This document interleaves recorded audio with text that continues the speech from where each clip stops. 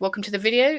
In it, we'll discuss the daily and weekly price action for CleanSpark, where I'm going to add, when I'm going to trim. We'll take a look at Bitcoin and Solana as well. I'm super interested in those for year end.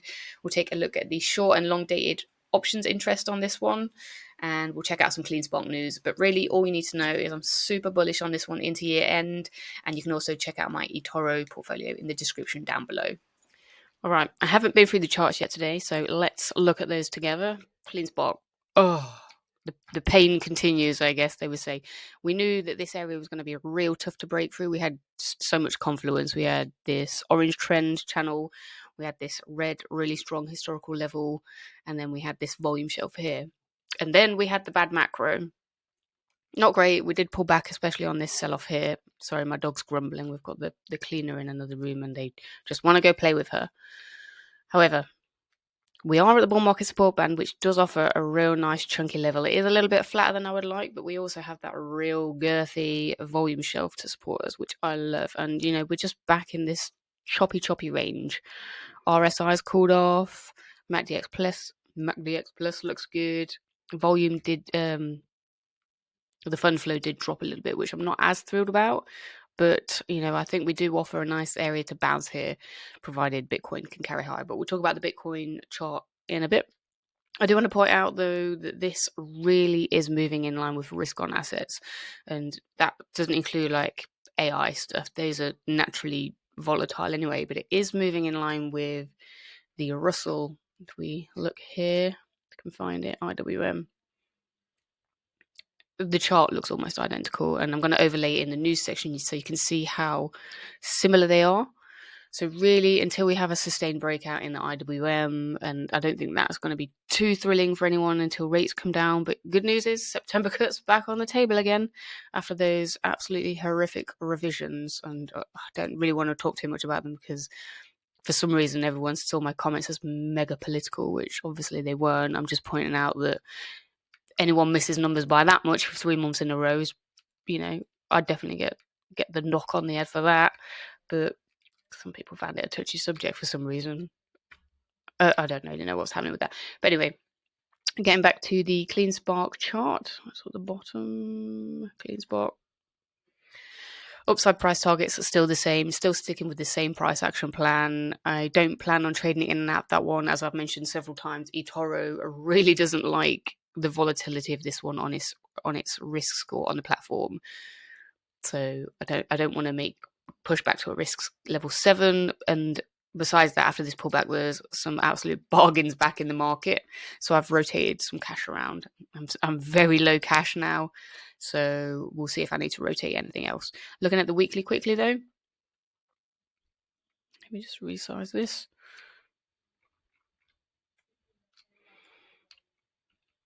Again, nothing's really changed with any of these higher levels. I'm probably going to take a bunch off at 20.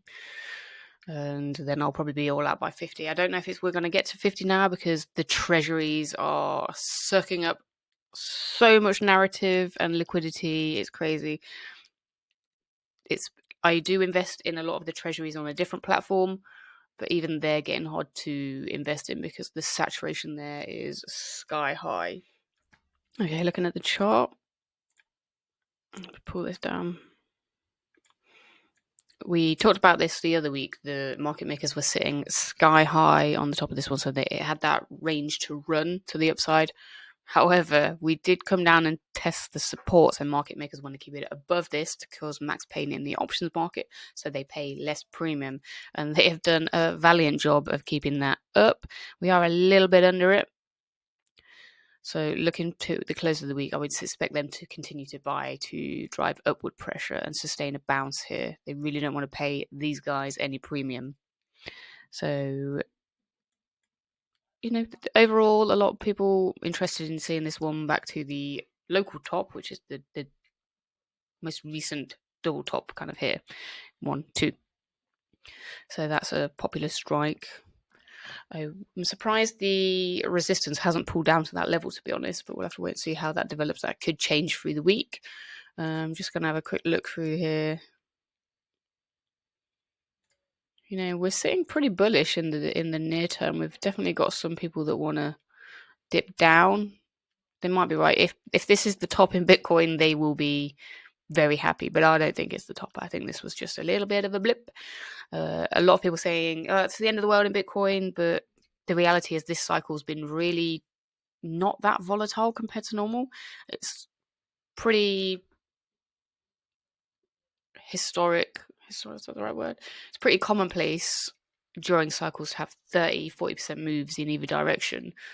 But now institutions involved, the ups and downs are much smaller, but still people think it's the end of the world when you get these little dips. It's just, I think they'd be having a heart attack if they were in Bitcoin 4 years ago. But let's go. So kind of we were looking at October, November for a top. Let's go September. So yeah, I mean, this is where I would like to be fully out of everything proxy related. So my leverage plays on Bitcoin.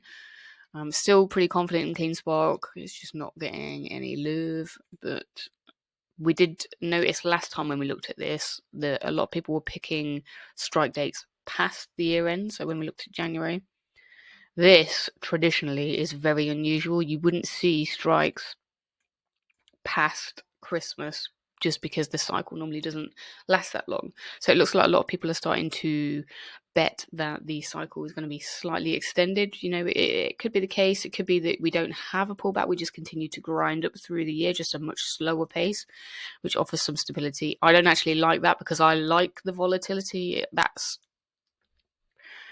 my bread and butter. So I'll be quite annoyed if we don't get any cycle variation at all. So bear that in mind. Yes, slow and steady is great, but you don't get to trim at the top and add at the bottom and make all that cash back. It's just not my favorite scenario. Proxies again next cycle are going to be different. The miners really haven't been the favored asset for that. Hood's been good. I think that's going to fall back with crypto if there is a bear cycle. So I'll probably use that as a proxy still, but probably look more into other treasury companies, especially MicroStrategy. But eToro doesn't list many of them, so the choices there are much smaller. So I'll have to wait and see for future cycles. That could change. Let's talk a little bit about Bitcoin directly and then Solana. Nearly forgot the CleanSpark news, which is no surprise because there really isn't that much to talk about. We've got earnings upcoming this week, August 7th. I think we can all agree that even if we beat by 10 million%, the price will not react at all to it. I'm a little bit surprised by the MicroStrategy earnings call. The stuff that they talked about on the call was really good. I thought that would have more of a, excitement factor. But if they can't move, I'm not very confident in the miners being able to move on good earnings. Other than that, though, just left the same charts on from last week. We've still got high short interest. The institution's still gobbling this one up, and the price action tracking IWM. I didn't update that with the new one because it's pretty much did the same thing. The big drop there. Bitcoin. Not too much to say about this one. I did put a couple of posts on eToro talking about this little drop here. Wasn't too alarmed. We obviously broke this little orange support line, but we do have this red one straight below it. We're back on track with where I thought price would be at this time. Way back in April, this is exactly where I thought price would be. I was getting a little bit excited. I thought I was wrong and it was going to really outpace my predictions, but that didn't happen. What I don't like about where we are is we're right in this volume gap for the year. So really we need a quick move to get back above this volume shelf here, or one to backtest this one at 104. Now I'm not sure which way that's going to go, but I'd hazard a guess to the upside. Either way, I'm happy. I can rotate a little bit more money into Bitcoin if we do get that 104 level. I would love that. We're still a ways away from this measured move to the upside, which is kind of my base case. Absolutely, I don't see a world in which we don't get to this level for Bitcoin. Bull market support band also lines up with that volume shelves and this red area. So I think if we do slide lower, this is mega support and we should bounce there if we don't bounce here. To the upside, a good breakout here should get us to this green line before we back test again. That is what I would expect to happen given the patterns that we're looking here. RSI still bearish. Needs to break higher a little bit on that one. That Datas Plus looks good and flow is kind of neutral. So all in all, the charts still, we're setting up for something here. Don't know which way it's going to go, but either way, I'm happy. I think that's the best mentality you can have when you're investing. You get really excited when things go up because you're making loads of money, and then you get really excited when things come down because you've got the opportunity to make loads of money when things go up, provided you've done your research into those assets and they're actually worth holding. But that's something extra you learn over time. But the main thing is, don't panic and sell when it goes down. If you still have a thesis, if you have a thesis that a stock is, the fair value of that is $50 and it's currently trading at 25, why, when it was now $20, would you sell that? You buy more, right? Because you've got more opportunity for more upside. So the biggest thing retail traders do when they're new is sell when you get a discount, which is when the more established you are as an investor, you do the opposite, right? You buy when there's more of a discount.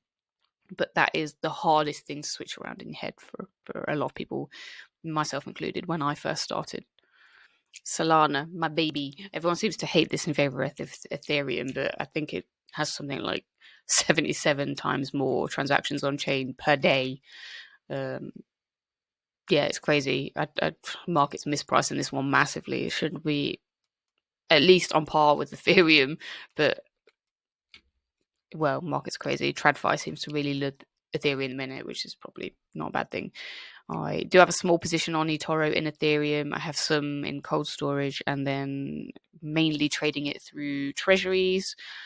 And I do have some utility stuff, which I don't want to talk about because it's super high risk and not for delicate ears. But I do have quite a lot of exposure to Ethereum, although it doesn't appear that I do on eToro. On eToro, I'm primarily Bitcoin and Solana, and then I've got my Bitcoin proxy trades, which should give me a bit more leverage to the upside. Price action on Solana, though. Don't hate this back test. We got down to the bull market support band at the top of this volume shelf. We're right at the point of control, the midline of this blue volume area, which I don't hate. There's been a lot of people accumulating Solana in this area. Price support to the downside. If we break below this, we've got a little bit of support at the bottom of the bull market support band, and then we've got this big old volume shelf here. People have loved accumulating Solana at that area, so I'd expect that to be quite decent support if we do fall more to the downside. To the upside, though, there's quite a lot of confluence in this area. We've got a bunch of support lines, resistance lines, all that good stuff, and a little bit of volume. Ideally, I want to get back above this 180, hit this air pocket, and then be able to move up quicker.